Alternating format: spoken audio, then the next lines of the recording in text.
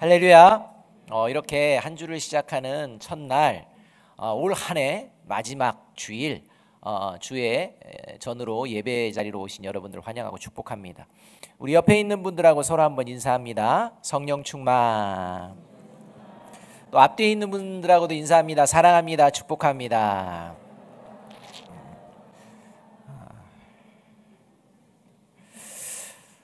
오늘 우리가 읽은 본문은 뭐 다 잘 아시는 그런 본문이라고 생각이 되어집니다. 헤로드 왕이요, 아기 예수가 탄생했다는 얘기를 듣고 동방 박사들에게 어디에서 태어났는지 이제 나중에 확인하면 좀 이야기해달라라고 했습니다. 그런데 동방 박사들이 그 얘기를 무시하고 꿈에서 하나님께서 다른 길로 가라라는 말씀을 듣고 이제 동방 박사들은 다른 길로 돌아갑니다.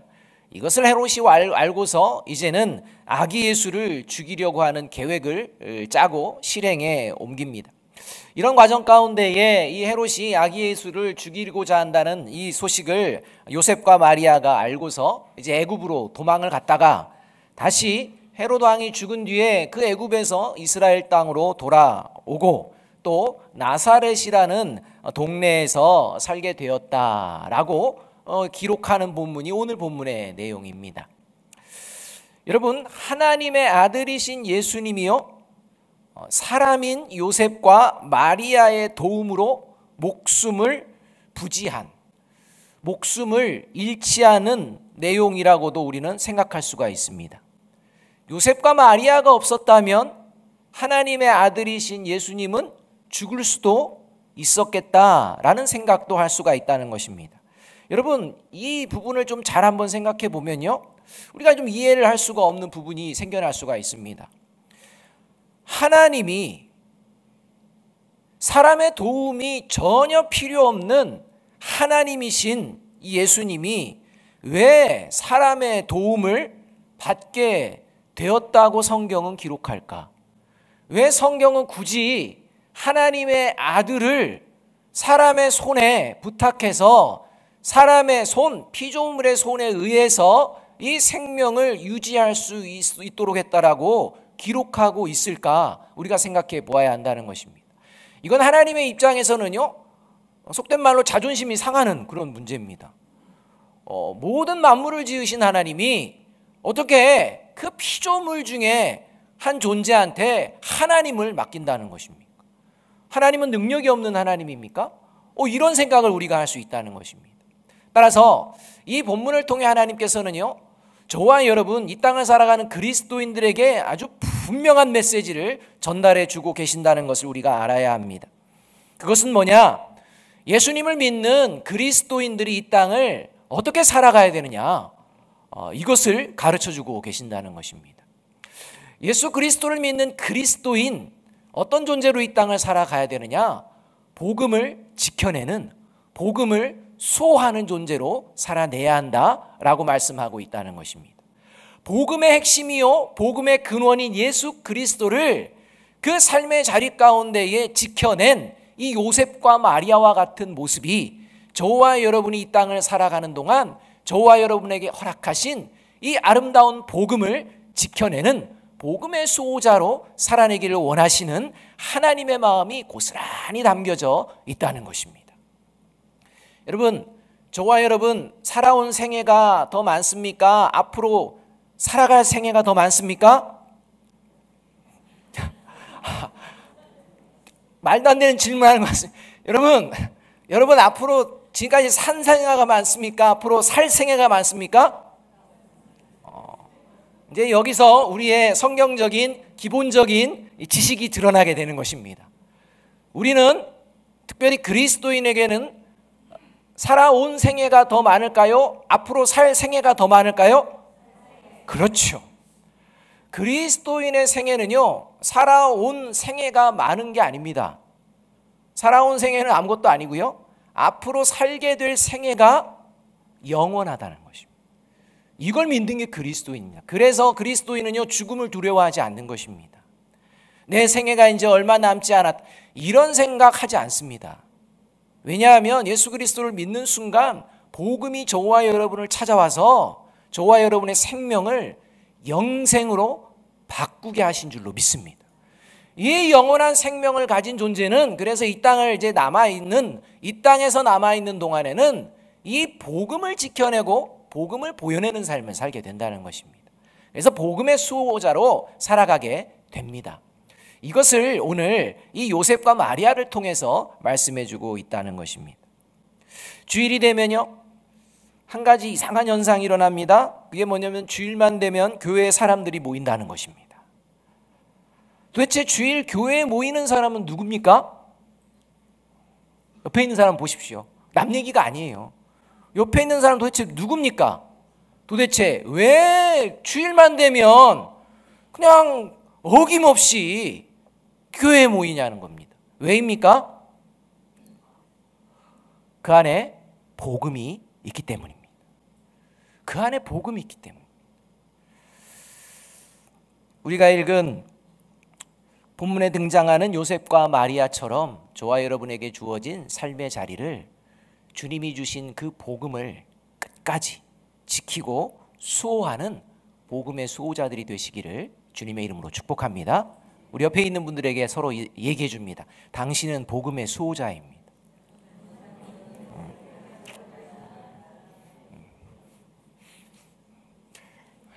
여기서 끝나면 이제 좋겠지만 복음의 수호자에게는 두 가지 특징이 있습니다.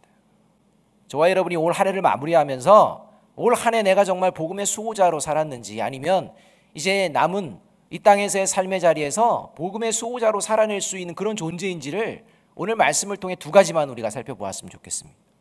저와 여러분이요, 만약 이 말씀을 통해서 복음의 수호자가 내가 아닌 것 같다라고 하면 올 한 해가 가기 전에 하나님 앞 철저하게 회개하시고 다시 복음의 수호자로서 회복되어지길 바랍니다.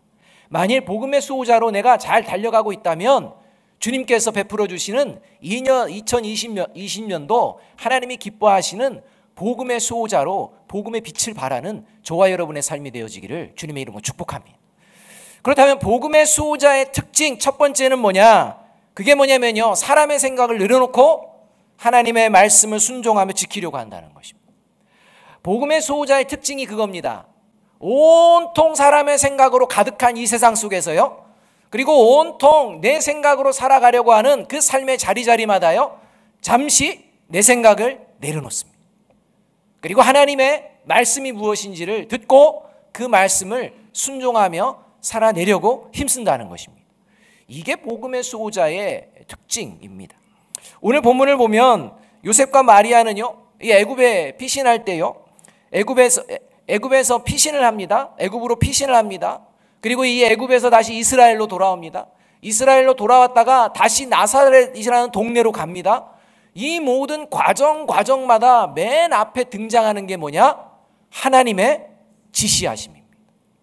하나님이 말씀하시면 애굽으로 도망가고, 하나님이 말씀하시면 애굽에 있다가 이스라엘로 오고, 하나님이 말씀하시면 이스라엘에서도 나사렛으로 가서 사는, 하나님의 말씀에 언제나 자기의 생각은 내려놓고 그 말씀을 따라서 움직이는 이 모습을 우리가 볼 수가 있다는 것입니다. 특히 이제 애굽으로 피신하게 되는 첫 번째 상황에서 요셉과 마리아는 어떤 모습을 보였느냐? 14절 말씀이 이렇게 말씀을 합니다.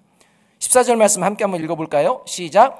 요셉이 일어나서 밤에 아기와 그의 어머니를 데리고 애굽으로 떠나가, 이렇게 애굽으로 피하라 라는 하나님의 말씀을 듣자마자 즉시로 요셉과 마리아는 애굽으로 떠납니다.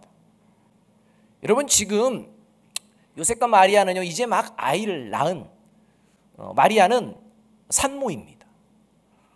이런 상황 가운데에서 이제 애굽으로 가라는 하나님의 말씀이라는 것입니다. 여기서 이제 우리가 한번 상식적으로 생각해 봅시다. 우리가 세상을 살아가는 상식으로 한번 생각해 보자는 것입니다. 이게 과연 받아들일 만한 말이냐라는 이것을 한번 생각해 보자는 것입니다. 요셉과 마리아가 지금 밤에 일어나서 급하게 애굽으로 도망가는 게 최선인가? 인간적인 생각으로는요, 절대 그게 최선이 아닙니다.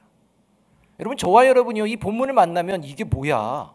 라는 생각이 들어야 한다는 것입니다. 예수님께서 태어나신 후 요셉과 마리아는 도망을 쳐야 되는 신세가 벌어졌습니다. 헤롯이 죽이려고 하기 때문입니다. 베들레헴에서 애굽까지의 거리는요 120km 정도 됩니다. 그러니까 우리 성인이 1시간에 4km 정도 걷는다면 몇 시간을 걷는 것입니까? 120km고요. 1시간에 4km 걷습니다. 그러면 몇 시간 걷는 것입니까? 여기서 이제 우리의 수학 능력이, 산수 능력이 이제 나오는 거죠. 몇 시간 걷습니까? 30시간을 걸어야 됩니다. 쉬지도 않고 자지도 않고 걸어가야 30시간이 걸려야 애굽의 변방에 도착하게 된다는 것입니다. 지금 이렇게 걸어가야 되는 상황 속에 아이를 낳은 산모 마리아가 있습니다. 그리고 이제 막 태어난 아기 예수도 있습니다.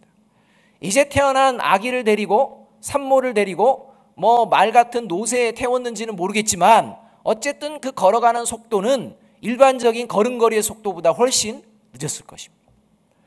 그러한 여정, 그 길 가운데는 이 베들레헴에서 애굽으로 가는 길이 뭐 안전한 곳이냐? 절대 그렇지도 않습니다. 위험이 도사리고 있었습니다. 위기를 만날 수도 있습니다. 아플 수도 있습니다. 어떤 일이 벌어질지 모르는 그 길을 이제 밤을 이용해서 이제 출발을 하게 되는 것입니다. 누가 생각해도 힘든 여정입니다. 이제 가만히 생각해 보면요, 요셉과 마리아에게 애굽으로 피신하라는 하나님의 명령은 매우 불합리해 보입니다. 전혀 최선이 아닙니다. 여러분, 예수님은요 하나님의 아들입니다. 그렇다면 하나님이 하나님의 아들인 예수님을 이 땅에 보냈다면 끝까지 누가 책임져야 합니까? 하나님이 책임지시면 됩니다.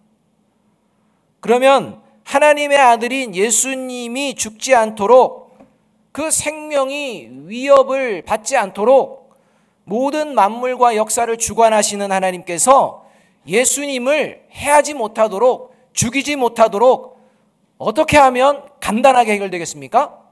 여러분, 이런 게 이제 수능 시험에 나와야 되는 건데, 헤롯을 죽게 하면 됩니다. 간단합니다. 그러니까 지금 헤롯이 아기 예수를 죽이려고 하는 것이고, 이것으로 인해서 애굽으로 그 먼 거리를 도망가야 되는 이러한 상황이라면, 저와 여러분이 하나님이라면 어떤 방법이 가장 간단하게 문제를 해결하는 것입니까? 헤롯을 죽게 하는 것입니다. 방법이야 어땠든 간에 헤롯을 죽게 하면 됩니다. 헤롯은 잔인한 이러한 왕이었습니다. 요세푸스에 하면 자기의 측근이나 처자들도 자기의 이 위치, 왕의 위치를 위협하게 되면 단칼에 그냥 제거하는 이런 잔인한 왕이었습니다. 그렇기 때문에요, 이미 죽을 죄들은 쌓여 있습니다. 그러니까 여러 가지 방법을 통해서 그냥 처치하면 됩니다. 죽이면 됩니다. 그럼 간단합니다. 제가 요셉이었다면요, 헤롯이 아기 예수를 죽이려고 하니까 그 120km나 되는 험한 애굽으로 도망가라라는 말을 듣는 순간 이렇게 말씀드렸을 것 같습니다. 하나님, 어차피 헤롯이 그렇게 나쁜 마음 품었다면 공의롭고 정의로운 하나님께서 헤롯을 그냥 죽이시는 게 더 좋은 방법 아니겠습니까? 지금 마리아도 지금 애를 낳아가지고 많이 힘들고, 애도 얼마나 힘들겠습니까? 그 아기 예수님도 힘들 텐데 간단히 문제를 해결할 수 있는 방법이 있다고 제가 생각하는데 왜 굳이 우리가 도망쳐야 하는 겁니까? 저는 이렇게 질문했을 것 같습니다. 여러분, 저와 여러분의 삶의 자리 가운데 이런 질문들 하나님께 많이 하지 않습니까? 하나님, 제 인생 가운데에 이런 문제 이렇게 해결하시면 간단한데, 아니 간단한 것을 왜 그렇게 안 들어주시는 거냐고. 여러분, 요셉의 마음이라면 저는 분명히 그렇게 했을 것입니다. 그게 상식적이요, 그게 하나님의 능력이 나타나는 자리이기 때문입니다. 지금 설교를 들으시면서 여러분, 제 생각이 하나님 생각보다 좀 낫다라는 생각 드시지 않으십니까? 그렇죠? 논리적이잖아요. 사실요, 더 논리적입니다. 왜냐하면 19절을 보면 시간이 지나서 누가 죽습니까? 헤롯이 죽어요. 그러니까 어차피 헤롯 죽는다는 것입니다.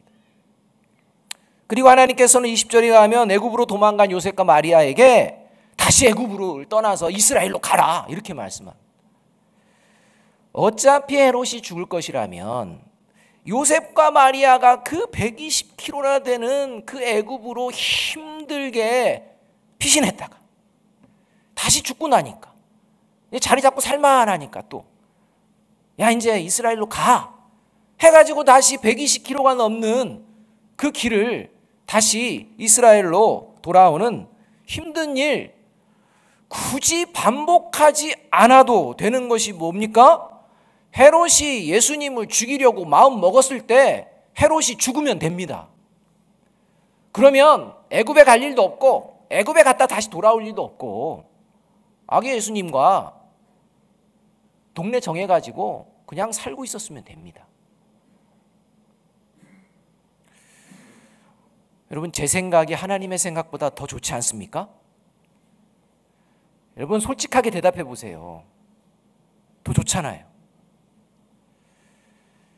또 제 생각이 하나님 생각보다 더 나은 게 하나가 더 있습니다. 이 설교를 들으실 때 이 앞부분만 들으면요, 이제 저는요 이단이 되는 겁니다. 그러니까 끝까지 들으셔야 돼요. 한 가지가요, 더 하나님을 이해할 수가 없습니다. 뭐 이런 하나님이 하나님이에요? 라는 생각도 듭니다. 그게 뭐냐면 헤롯을 바로 죽이지 않으셔서 어떤 문제가 생겼느냐? 큰 고통과 슬픔이 베들레헴과 그 주변 지역에 생겨났다는 것. 엄청난 슬픔과 고통이 발생됐다는 것입니다. 헤롯만 죽였다면 이 일이 벌어지지 않아도 되는데 그 일이 벌어져 버린 것입니다. 그게 16절 말씀입니다. 16절 말씀 우리 함께 한번 읽어볼까요? 시작. 이 헤롯이 박사들에게 속은 줄 알고 심히 노하여 사람을 보내어 베들레헴과 그 지경 안에 있는 모든 아내들을 박사들에게 자세히 알아본 그때를 기준하여 2살로부터 그 아래까지 다 죽이니. 여러분 하나님이요 헤롯이 이렇게 아기 예수님이 도망가면 헤롯이 포기할 것이다 이렇게 생각하셨을까요? 전지전능하신 하나님, 모든 걸 아시는 하나님. 2살 아래의 아이들이 예수님이 태어나고 예수님을 자신이 붙들지 못했다는 이유로 죽어야 되는 이 상황이 벌어진 것입니다. 비록 헤롯 대왕이 잔인하고 아주 악한 왕일지라도 아기 예수님이 이 땅에 오시지 않았다면 아기들은 죽지 않았을 수도 있습니다. 학자들은요 이때 인구 이런 것들을 봤을 때 이 베들레헴과 그 지역 안에서 죽게 된 아이들의 수가 한 20여 명에서 30여 명 정도로 될 것이다 이렇게 얘기합니다. 아주 많은 아이들은 아니지만 이제 2살도 안 된 그 정도의 아이들이 예수님의 태어남 때문에 죽게 되었다는 것입니다. 이로 인해서요 요셉과 마리아는 이것을 알게 된 사람들로부터 비난과 원망을 받을 수도 있고, 이러한 것을 알면서도 행하시는 하나님에 대해서 우리는요 비난할 수가 있다는 것입니다. 지금도 예수님을 믿지 않는 사람들은 오늘 이런 본문을 두면서 무고한 아이들을 죽게 한 하나님, 잔인한 하나님이라고 비난하는 것을 서슴지 않습니다. 여러분 저와 여러분이 생각해도 그렇지 않습니까? 예수님이 탄생하시고 축복된 자리라면 생명이 살아나고 좋은 일들이 벌어져야 되는데 전혀 그렇지 않은 아이들이 죽어가는 이 장면이 벌어졌다는 것입니다. 왜요? 헤롯을 사전에 조치를 안 했기 때문에. 헤롯을 미리 죽여버렸다면, 하나님께서 헤롯의 생명을 거두었다면 이 일은 벌어지지 않을 수도 있었다라고 우리는 생각할 수 있다는 것입니다.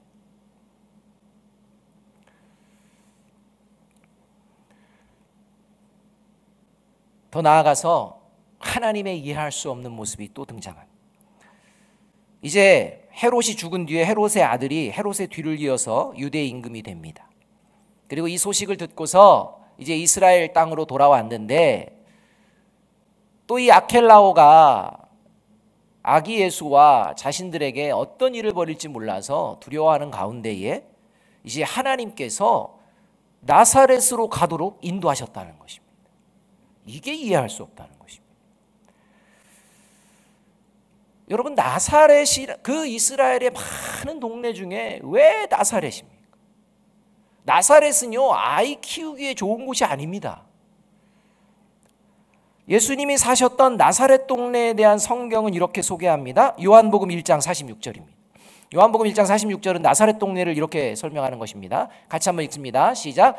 나다나엘이 이르되 나사렛에서 무슨 선한 것이 날 수 있느냐? 빌립이 이르되 와서 보라 하니라.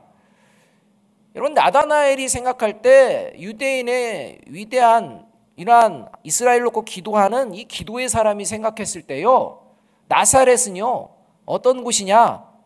선한 것이 없는 곳입니다. 여러분, 선한 것이 없다라는 표현이 어떤 말인 줄 아십니까? 그게 뭐냐면 거기에 있는 사람들은 어떻다는 것입니다. 선한 사람이 없다는 것입니다.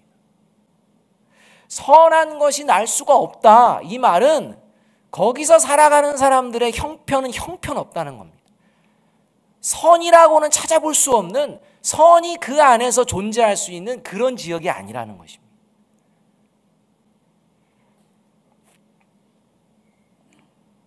나사렛 사람들은 선한 것을 기대할 수 없는 사람이라는 뜻이 어디 거기서 선한 것이 날 수 있겠느냐라는 나다나엘의 말에 포함이 되어 있다는 것입니다. 특히 누가복음 4장 16절 이하를 말씀을 보면 예수님께서 공생애를 지내시다가 그 고향인 나사렛을 찾아갑니다.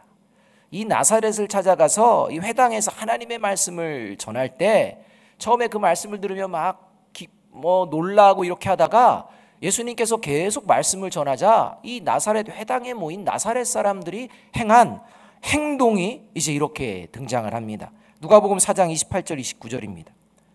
같이 한번 읽어볼까요? 시작.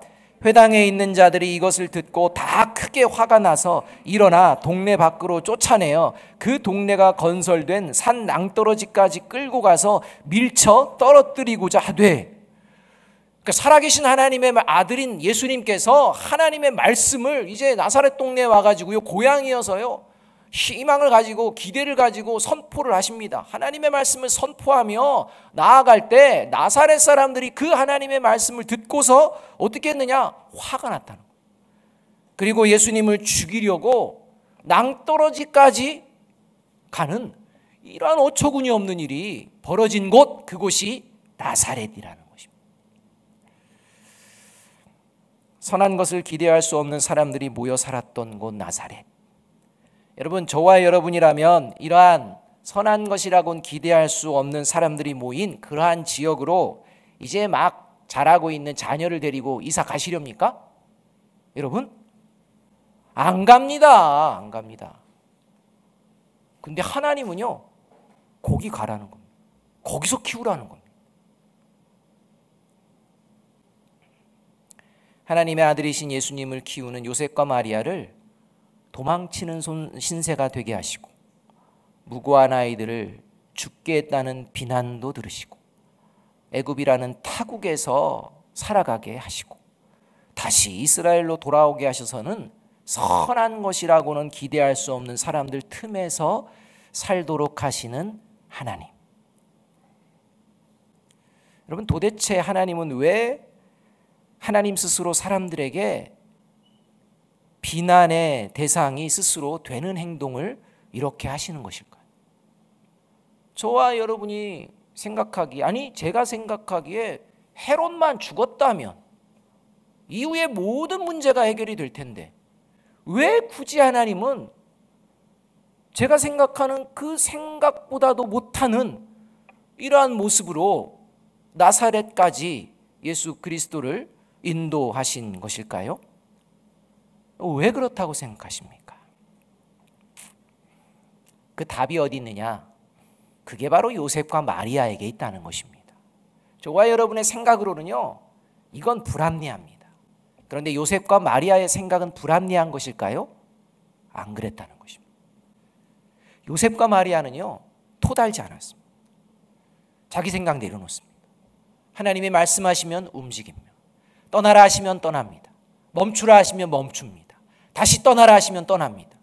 그리고 좀 부족하고 연약하고 어리석게 보이는 곳일지라도 그곳에 가라 하면 가십니다. 여러분, 이것을 보아야 한다는 것입니다. 이것을 통해서 하나님께서는 저와 여러분에게 이 땅, 이 험한 세상, 내 생각으로는 도저히 이해할 수 없는 일들도 일어나고 있는 이 세상 가운데에 저와 여러분이 바라봐야 될 것은 바로 하나님의 말씀인 줄로 믿습니다. 그 하나님의 말씀만 바라봐야 한다는 것입니다. 저와 여러분의 생각 내려놓고 하나님의 말씀에 순종하며 나아갈 때 하나님의 놀라운 역사가 이루어질 줄로 믿습니다. 그래서 이사야서 55장 9절에서 하나님은 이렇게 말씀합니다. 같이 한번 읽어볼까요? 시작. 이는 하늘이 땅보다 높음 같이 내 길은 너희의 길보다 높으며 내 생각은 너희의 생각보다 높음이니라. 그리고 고린도전서 1장 25절도 이렇게 말씀합니다. 같이 한번 읽어보겠습니다. 시작. 하나님의 어리석음이 사람보다 지혜롭고 하나님의 약하심이 사람보다 강하니라. 여러분, 제가 안경을 썼습니다. 제가 안경을 벗으면 이렇게 생겼습니다. 안경을 쓴 게 낫습니까? 벗는 게 낫습니까? 쓴 게 낫겠습니까? 감사합니다. 안경을 벗으면요, 여러분들 얼굴이요, 그냥 얼굴 있구나, 흐릿하고 겹쳐 보이고 자세히 보이지 않습니다. 그런데 안경을 쓰면요, 자세히 보입니다. 여러분, 저와 여러분의 생각은 마치 제가 안경을 벗고서 세상을 보는 것과 같은 모습이라는 것입니다. 그것이 전부라고, 그것이 모두라고 생각하며 우리는 살아가고 있지만 하나님의 말씀이 저와 여러분을 이제 그 눈 가운데에 말씀이 비추어질 때 저와 여러분은 세상이 볼 수 없는 하나님의 놀라운 계획을 보게 될 줄로 믿습니다. 이 일을 통하여 하나님은 저와 여러분에게요, 예수 그리스도가 어떤 분이시냐, 그 누구라도 생명으로 이끌기를 원하시는 분이라는 사실을 깨닫게 된다는 것입니다. 저와 여러분이 마음 가운데에 이 하나님의 마음을 품기를 주님의 이름으로 축복합니다. 올해 여러 가지 우리 교회에도 일이 있었는데요, 최근에 이제 저 위임 투표 때문에 하고 나서 막 들었다 놨다 하는 이런 일들. 제가요, 몸무게가 가벼운 이유가 있습니다. 왠지 아십니까? 턱걸이 잘하려고. 턱걸이. 여러분, 우리가요, 교회 안에서 여러 가지 일들이 일어날 수 있습니다. 내 생각대로 되지 않는다고 해서 그게 하나님의 뜻이 아니라고 생각한다면 하나님을 우습게 여기는 것입니다. 하나님의 계획은 우리 아름다운 교회를 통해서 지금도 역사하고 계십니다. 그 역사함 속에 문제는 저와 여러분의 마음이 아까 제가 하나님은 불합리한 하나님이야 라고 생각을 들이대고 논리를 들이대고 하면 하나님이 계실 곳이 없습니다. 하나님의 계획은 저와 여러분의 생각과 논리를 존중히 여기시지만 그 생각과 논리를 뛰어넘어서 역사하시는 하나님의 역사인 줄로 믿습니다. 이게 하나님을 믿는 그리스도인의 모습입니다. 그래서 요셉과 마리아는요, 네 하며 하나님의 말씀하신 바들을 듣고 나아가고 있는 것입니다.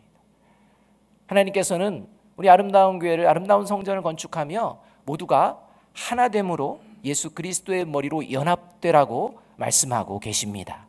부족하고 연약하지만 서로가 그 모습을 통해 하나님께 영광 올려드리는 저와 여러분이 되어야 합니다. 그래서 복음의 수호자는요, 어떤 모습이냐? 두 번째로는 그 어떤 상황에서도요, 선한 능력의 삶을 지켜낸다는 겁니다. 하나님의 말씀을 지켜내려고 애쓰고 순종하는 모습이 있다면 그 하나님의 말씀을 지켜내고 순종하는 모습이 어떤 모습이냐? 선한 삶의 모습이라는 것입니다. 그것을 말씀하는 게 아까 23절의 말씀입니다. 23절 말씀 함께 한번 더 읽어봅니다. 시작. 나사렛이란 동네에 가서 사니 이는 선지자로 하신 말씀에 나사렛 사람이라 칭하리라 하심을 이루려 함이라.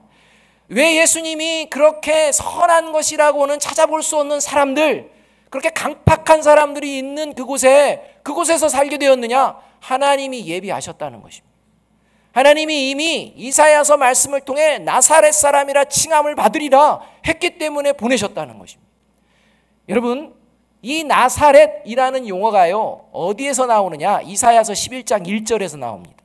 이사야 11장 1절 말씀은 이런 말씀입니다. 같이 한번 읽어봅니다. 시작. 이새의 줄기에서 한 싹이 나며 그 뿌리에서 한 가지가 나서 결실할 것이요. 이건데요, 여기서 이새의 줄기에서 한 싹이 나며 그 뿌리에서 한 가지가 나서 할 때 이 가지, 이것이 바로 나사렛이라는 용어입니다. 다시 말해서 아무런 희망이 없는, 아무런 소망이 줄 수 없는 그곳에 영원한 소망 대신 예수 그리스도가 존재함으로 말미암아 나사렛은 소망의 동네로 변하게 된 줄로 믿습니다. 그래서 예수님을 부를 때 우리는 누구 예수? 나사렛 예수라고 하는 것입니다. 나사렛 자체는 의미가 없지만 하나님의 놀라운 계획 가운데에, 그 은총 가운데에 붙들릴 때 그곳은 하나님의 놀라운 선한 역사가 준비되었던 아름다운 곳입니다. 저와 여러분, 이 아름다운 교회가 하나님께서는요, 그렇게 이 지역 가운데 세워지기를 원하시고, 그런 마음을 품고 서로를 향해 하나님께 영광 올려드리는 마음으로 하나 되기를 원하는 것이 하나님의 마음인 줄로 믿습니다. 제가 엊그제 저희 교회 차량 리콜 해가지고 수리받고 왔습니다. 그 수리 내용은 잘못하면 시동이 꺼진답니다. 그래서 가다가 시동 꺼지면 큰일 날 것 같아서 수리하고 왔습니다. 여러분, 저와 여러분은요, 그렇게 매번 하나님의 말씀으로 다시 한번 업그레이드가 되어야 할 줄로 믿습니다. 오늘 2019년의 마지막 주일을 통해서 이제 한층 더 아름다운 모습으로 업그레이드 되어 하나님께 영광을 올려드리는 2020년을 준비하는 저와 여러분이 되기를 주님의 이름으로 축복합니다. 우리 마지막으로 고린도전서 1장 27절 28절 말씀 함께 한번 읽어봅니다. 시작. 그러나 하나님께서 세상에 미련한 것들을 택하사 지혜 있는 자들을 부끄럽게 하려 하시고 세상에 악한 것들을 택하사 강한 것들을 부끄럽게 하려 하시며 하나님께서 세상에 천한 것들과 멸시받는 것들과 없는 것들을 택하사 있는 것들을 패하려 하시나니. 하나님 앞에 의미 없는 인생은 아무도 없습니다. 예수 그리스도를 그 마음 가운데 모실 때, 그리고 복음의 수호자로 살아가는 그에게 하나님은 놀라운 하나님의 뜻을 이루어내실 줄로 믿습니다. 이 믿음으로 올 한 주 승리의 걸음을 걷는 저와 여러분이 되기를 주님의 이름으로 축복합니다. 기도하겠습니다.